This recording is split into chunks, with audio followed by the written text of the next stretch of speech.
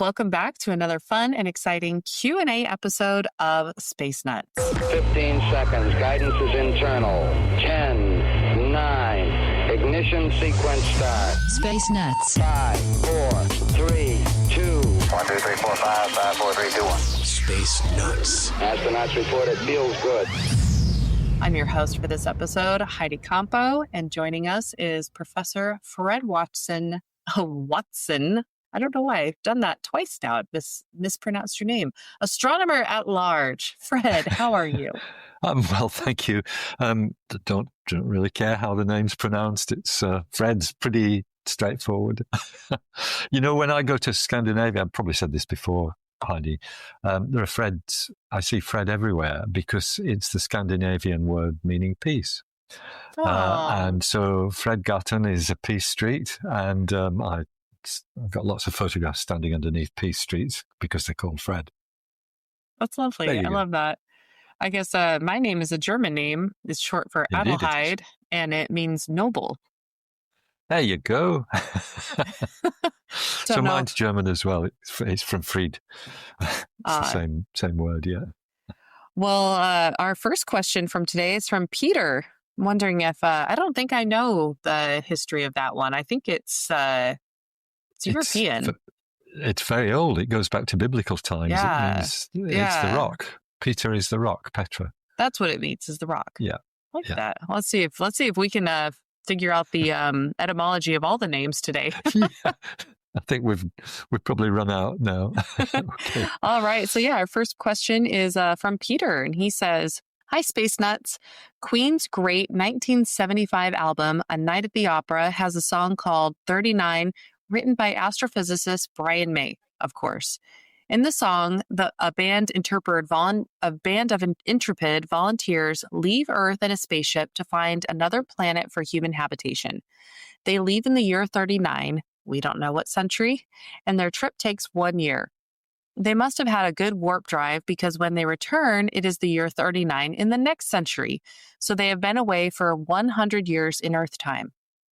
The protagonist of the song laments his remaining life with his wife and children dead, and just his great-granddaughter remaining, now a very old lady. My questions are these. Approximately how far out into the galaxy might they have gone in that time, and what would their average speed have been? At first, I thought that they only traveled for a year, and the nearest star is more than 4 light years away. So it is a wasted trip. But then they were away from the Earth for 100 years, so maybe they checked out many stars with planetary systems. Now I'm just confused." And that's our question from Peter. Well, so it turns out that it's reasonably easy to do the calculation that Peter's interested in, because what he's talking about is something we call time dilation. It comes from, in this case, it comes from Einstein's special theory of relativity that covers the effects of things that are moving close to the speed of light. And so you've got to be moving close to the speed of light to experience this. So what we've got here is a fraction of 100. It's been a year on Earth. Sorry, it's been a year for the travelers, but it's been 100 years on Earth. So that means that the time dilation effect is 100. It's 100 times. Now, there's a formula for time dilation, which is reasonably simple. I'll just quote it since I learned it in relativity 100 years ago. The time dilation is, and it's a fraction, it's 1 over the square root of 1 minus v squared over c squared, where v is the velocity that you're traveling at and c is the velocity of light. So it's a relatively straightforward formula. And so yesterday what I did was I put the numbers into it to work out what speed they would have to travel for that ratio of 100 years on Earth to 1 year on the spacecraft. And it turns out to be, here's my calculation there, you probably can't see it. Oh, by hand. Back of an envelope. Goodness, Fred. Back before everyone outsourced their brains to ChatGPT. Yeah, that is handwritten math, everybody. And the bottom line, you probably can't see it. They would have to travel at 99.995% of the speed of light. So 99.995% of the speed of light. If you travel for a year, then on Earth, you've got 100 years elapsed. Now, that probably means that they went out for 50 light years and then came back again. So they could have visited many stellar systems in that time, although they wouldn't have seen much of it going past them at 99.995% of the speed of light. So, yep, that's the answer. Check it out. You can look up time dilation on the web and you'll find all the formulae there. And that's the easy, it's a relatively easy question to answer. So, Peter, thank you for getting my brain working on these questions again, because I appreciate that. And I've always thought it was a good thing to have at the back of your mind, the relativistic time dilation of travel near the speed of light, just in case you ever find yourself doing that. Fred, I am tickled at the amount of times you said easy and time dilation equation in that answer. I think you used the word "this is easy" or the phrase "this is easy" at least 2 or maybe 3 times. So that's just, I don't know if I need to work on my math skills or if you're just that brilliant, but that was, that's adorable. It's a lot easier than some of the ones I used to stumble over back when I was, this must not go beyond these 4 walls, Heidi, but there's a maths exam at university that I failed 5 times. It took me 6 attempts to pass it. Oh my goodness. So there's hope for the rest of us. Yeah. Oh gosh. Yeah. I still shudder at that. It was the wrong kind of mathematics. You had to do it. It was pure mathematics, and my brain just didn't work that way. Yeah. Mine does not either. 3, 2, 1. Space nuts. Well, our next question is from Trent, and this is an audio question that we're going to queue up and we're going to play for you right now. Hello, Heidi and Professor Watson. My name is Trent. I'm from North Georgia, USA, and I had a question in reference to Ben's question from Northwestern University in episode 530. I was wondering how an observatory could view something that's already happened. For example, in his question, he asked about an observatory turning to look at the source of a gravitational wave.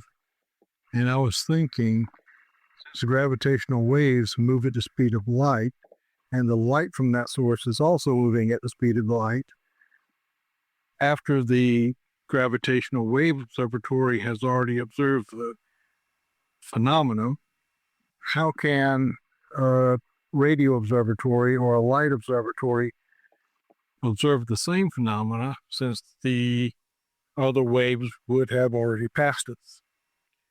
So, hope this question piqued your interest. I would love to hear the answer, and y'all have a wonderful time. I love your show. Never miss an episode. Y'all are fantastic. Bye-bye. That was sweet. Thank you so much, Trent. That was wonderful. So Trent's question is a great one, and his point is absolutely well made. That if you've got a phenomenon that causes gravitational waves and also beams out light, then the two travel at the same speed. So how can a detection in gravitational waves then be used to, somebody phones up an observatory and says, "Oh, we've seen these gravitational waves. Can you point your telescope in this direction? What are you going to see?"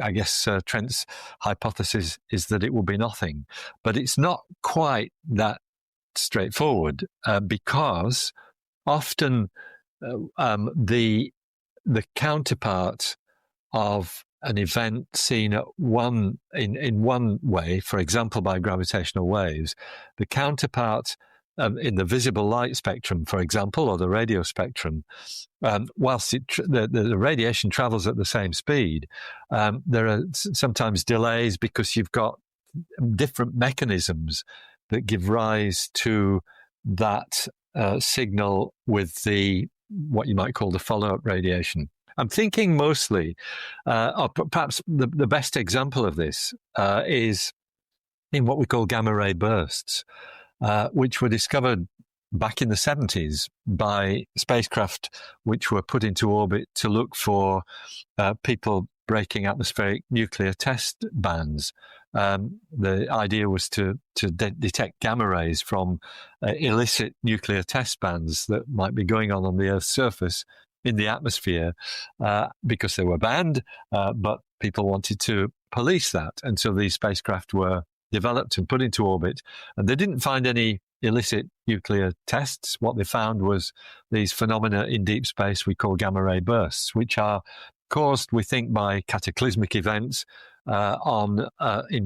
principally in distant galaxies. Now, what you really want to find, as well as the gamma rays, is whether there's another frequency or something that's carrying information. And so it was what we call the optical counterparts of those bursts that people were looking for. And by that, I mean the visible light flash. And to do that, you would want to, first of all, detect the gamma ray burst and then alert visible light telescopes to the direction that had come from so that they could home in on the target as quickly as possible after the event to try and work out what these things were. Because if you've got information from gamma rays and information from visible light, then you've got a chance of working it out. And indeed, that's the case, because the visible light flash is it's usually caused by whatever caused the gamma rays interacting with the environment that's around it, and that means rarefied gas usually. And it's the effect of that rarefied gas, perhaps by a shock wave moving through it, that gives you the visible light flash. And that's going to be after the original gamma ray burst itself. Gamma ray bursts last a few seconds. They're sort of second long, a bit different from the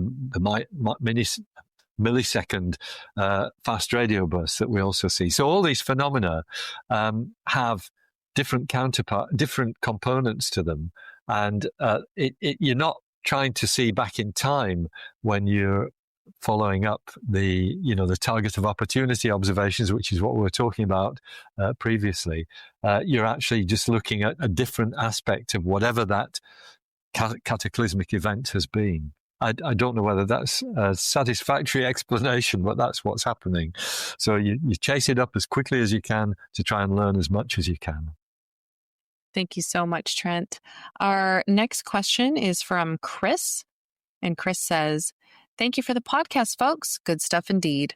On Earth, living organisms can sense a small part of the EM spectrum from infrared through visible light up to the ultraviolet. But as far as we know, no organism can detect lower or higher frequencies such as radio or X-rays.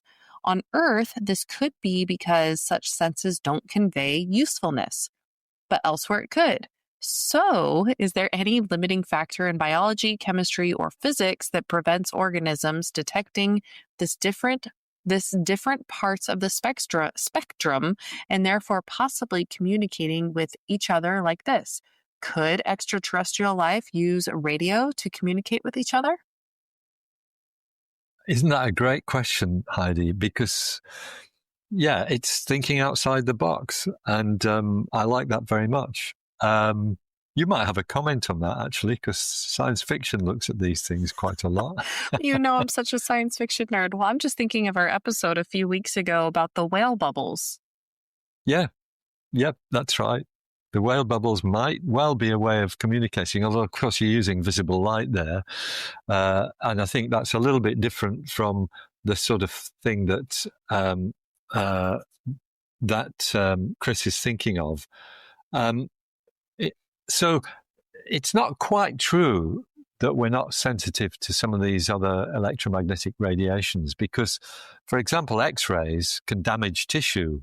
And so, in a sense, what you've got there is a detector.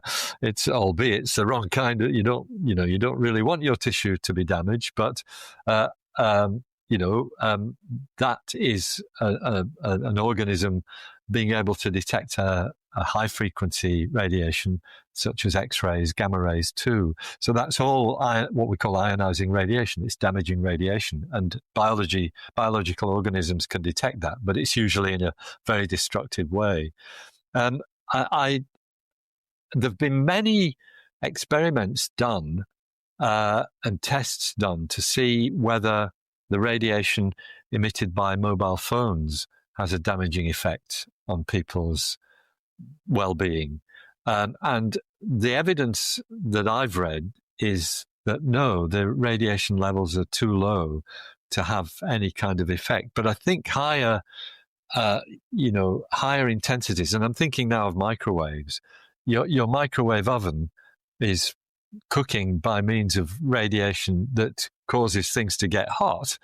And if you flood your brain with that, it's going to get hot. And in fact, and it was Andrew Dunkley who told me this because I didn't know, the way your microwave does 4 or 5 beeps at the end of every cooking session when it reaches the prescribed time is not just for fancy music. It's to give you a few seconds for the microwaves inside it to settle down before you open the door. Oh, my goodness. Irradiate yourself with microwaves. So I always thought I was terribly clever because I always would try and time it. So I open the door right before the beeps go off. So I've just been cooking myself with radiation every time That's I right. did that. Yeah.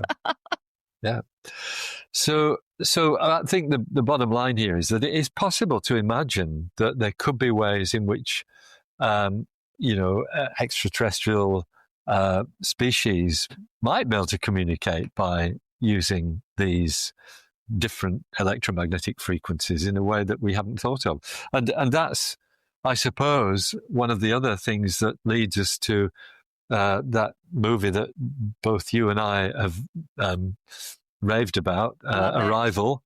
Yeah, that you're looking for. You've got to think outside the box as to how you might communicate with extraterrestrial organisms and whales too.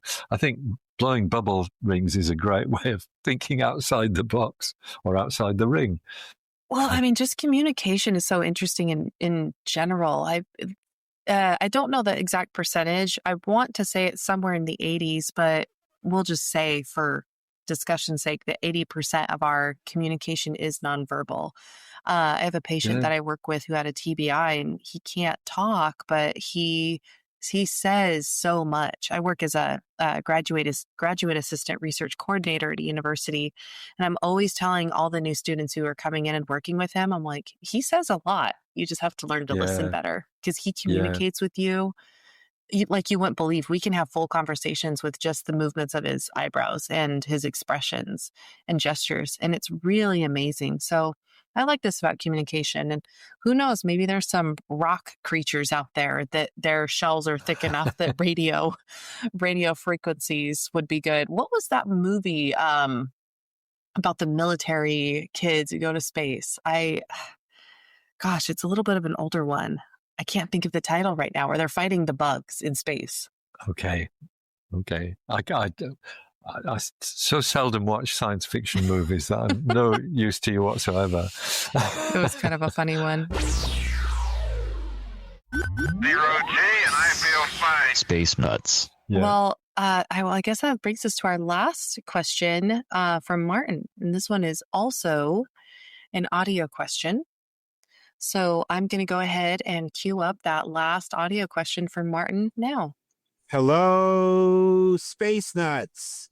Martin Berman Gorvine here, writer extraordinaire in many genres, with a question that I know I've tried to ask before, and somehow it hasn't ever quite gotten through. And it's inspired again by your discussion of Titan in the latest episode that I'm listening to. Is there any reason to rule out the existence of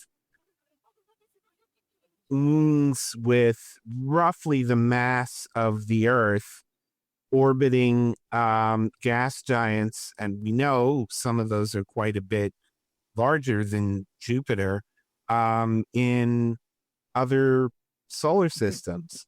And if you could have an Earth mass moon, is there, again, in principle, any reason to think you could not have an Earth-like environment where life could evolve? Can't wait for the answer. And thanks for doing such a great job, including Heidi Campo, who is marvelous when she comes in instead of Andrew, though nobody can replace our Andrew. Martin Berman Gorvine, over and out. There you go. Oh, Martin, that was so sweet. We appreciate that so much. It is true. Nobody can replace Andrew. And I know I probably have been really not doing my job with the dad jokes, but I think I got my own brand of the sci-fi. By the way, that movie was called Starship Troopers. I had to just look it up because it was driving me nuts. It's a kind of a commentary on communism.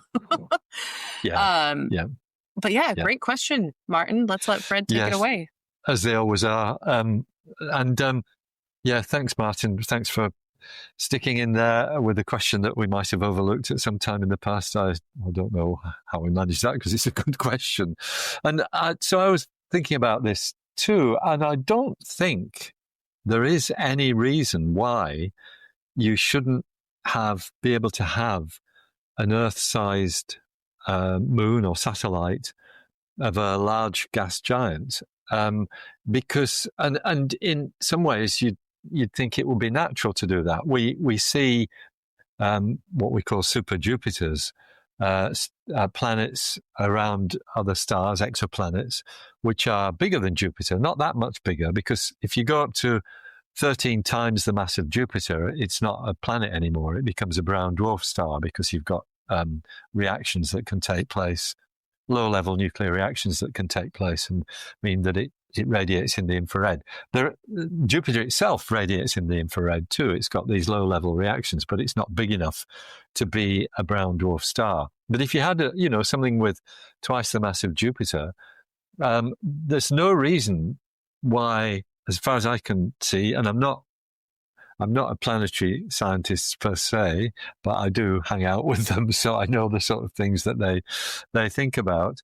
I don't think there's any reason why you shouldn't actually manage to generate a large rocky planet, a large rocky moon, which was planet-sized from the same part of the swirling disk of gas and dust from which planets are formed. Some of my colleagues might correct me on that, but I don't think there is a limit. And in that regard, I don't think there's a limit as to whether such a planet or such a moon might actually be habitable. The only thing is, that most of these large Jupiters that we find in other solar systems are very close to their parent star, and so if you imagine. You've got a planet that goes around its parent star in just a few days. The moon would have to go around its parent planet quicker than that, or else all sorts of dynamic interactions would take place and it would probably lose its moon. But then you've got this phenomenon where you've got something very hot whose temperature is changing very rapidly as it orbits its parent planet. So I suspect that it might not be the kind of ideal world for life to evolve because of these perhaps rapid changes of temperature. Now, Martin, being a writer in many genres, is usually looking for ideas for science fiction stories. And this might be one that, maybe in a year or two's time, we might read about species on a planet, on a moon the size of the Earth, going around a hot Jupiter somewhere deep in the solar system with a new and completely different kind of life form that uses radio for communications. So that would solve all our issues, wouldn't it? Well, the best writers, I think the best science fiction writers use fringe science. And I'm gonna butcher his last name. I always do. Michael Crichton.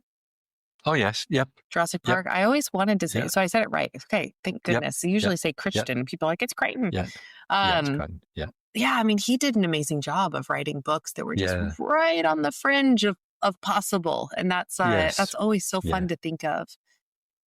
Well, And as Martin does as well, I think. yeah, I'm gonna have to look up some of Martin's books. It sounds like they're right up my alley, and probably a lot of our other listeners too. Yeah, that's right. But a great question, Martin, and thank you. And I hope I've given you the right answer. I'll check next time I talk to some of my planetary specialists as to whether I've overstepped the mark. Well, Fred, this has been so much fun. I always have a great time with these Q&A episodes. It's so fun to hear how just so smart people are asking great questions. Indeed, they are. And they're challenging too sometimes. Yeah, keep them coming, guys. These questions are really, really fun. It's good when you get a mix of questions that aren't just black hole questions. That's right. Yes.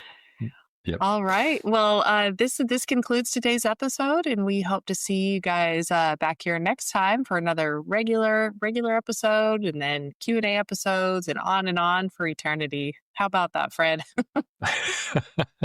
or as long as we can do it for. That works too. Thank you so much, everybody. We'll catch you next time. Hi, Fred. Hi, Heidi. Hello, Hugh in the studio. Andrew reporting from the Crown Princess cruise ship.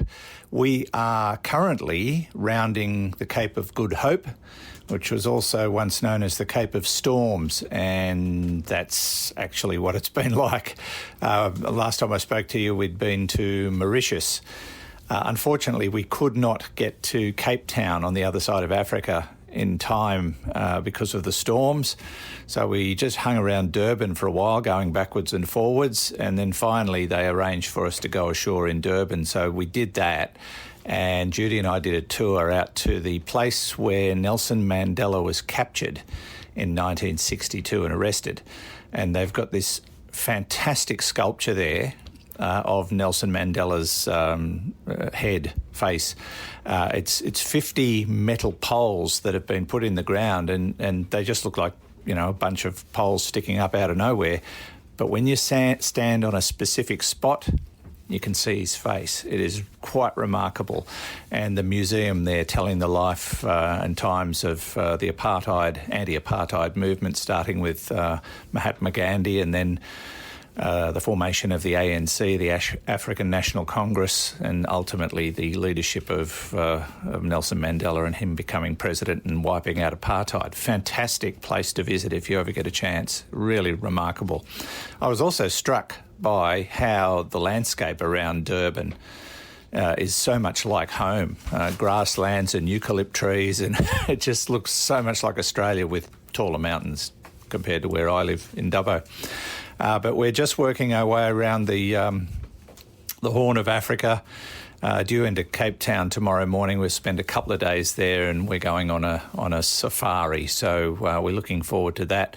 It hasn't been too bad on board. The captain's taking his time so we don't get caught up in heavy swells. But right now it's looking very angry outside, and all the decks have been closed. So we're inside, staying nice and cool, nice and warm. It's pretty cold out there.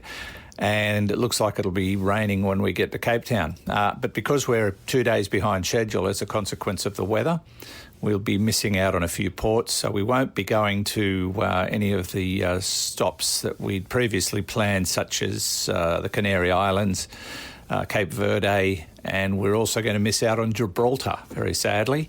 But we're picking up Tenerife. So we got Durban, we got Tenerife. We missed those other three, and then we'll move on from there. Hopefully, get to Barcelona on time, because there's a big change of passengers there, so they can't be late for that. Otherwise, people will be pitching tents. That's about it, I think. We're having a great time, feeling relaxed, and hope all is well with everybody on the Space Nuts team and the audience around the wider world. If you're anywhere where I'm stopping, maybe you can wave if you're close by. But I'll talk to you again next week. Bye for now. Space Nuts. You've been listening to the Space Nuts podcast. Mission complete, Houston. Available at Apple Podcasts, Spotify, iHeartRadio, or your favorite podcast player. You can also stream on demand at Bytes.com. This has been another quality podcast production from Bytes.com.